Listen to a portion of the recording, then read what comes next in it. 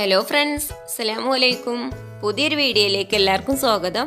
ഇന്ന് ഞാൻ വന്നിട്ടുള്ളത് ഈസി ആയിട്ടുള്ളൊരു പുഡിങ്ങിൻ്റെ റെസിപ്പി ആയിട്ടാണ്. പാലുണ്ടെങ്കിൽ വളരെ പെട്ടെന്ന് തയ്യാറാക്കി എടുക്കാൻ പറ്റുന്നൊരു പുഡിങ്ങാണ്. അപ്പോൾ നമുക്ക് ഈ പുഡിങ് എങ്ങനെ ഉണ്ടാക്കണമെന്ന് നോക്കിയാലോ. ആദ്യം ഇതിലേക്ക് 10 ഗ്രാം ചൈന ഗ്രാസ് 1.5 കപ്പ് വെള്ളത്തിൽ 15 മിനിറ്റ് ഒന്ന് കുതിരാൻ വെക്കാം. പെട്ടെന്ന് മെൽറ്റായി കിട്ടാൻ വേണ്ടിയിട്ടാണ് വെള്ളത്തിലിട്ട് കുതിർത്തെടുക്കുന്നത്. ഇനി ഇതൊന്ന് മാറ്റി വെക്കാം. ഒരു പാത്രത്തിൽ 1/2 കപ്പ് പാലെടുത്തിട്ടുണ്ട്. ഇതിലേക്ക് ബൂസ്റ്റ് പൊടി ഇട്ട് കൊടുക്കാം. ഞാൻ 5 രൂപേൻ്റെ ബൂസ്റ്റ് പൊടി മുഴുവനായിട്ടും ഇട്ട് കൊടുത്തിട്ടുണ്ട്.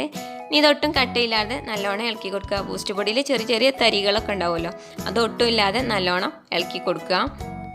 തിളപ്പിച്ച് ചൂടാറിയ പാലാണ് ഞാൻ ഇതിലേക്ക് എടുത്തിട്ടുള്ളത്. ഇതൊരു സൈഡിലേക്ക് മാറ്റി വെക്കുക.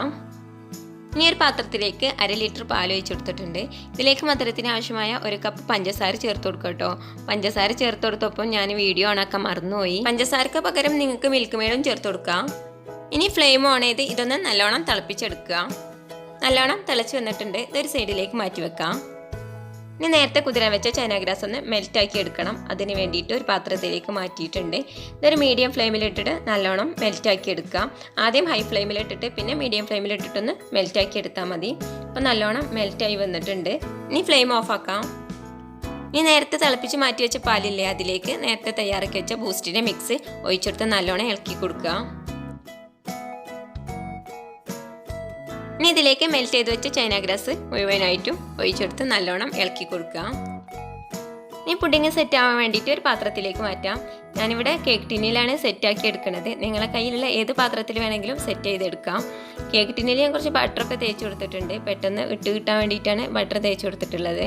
ഇനി ഇത് നല്ലോണം ചൂടാറിയതിന് ശേഷമാണ് ഫ്രിഡ്ജിൽ വെച്ച് തണുപ്പിച്ചെടുക്കാൻ.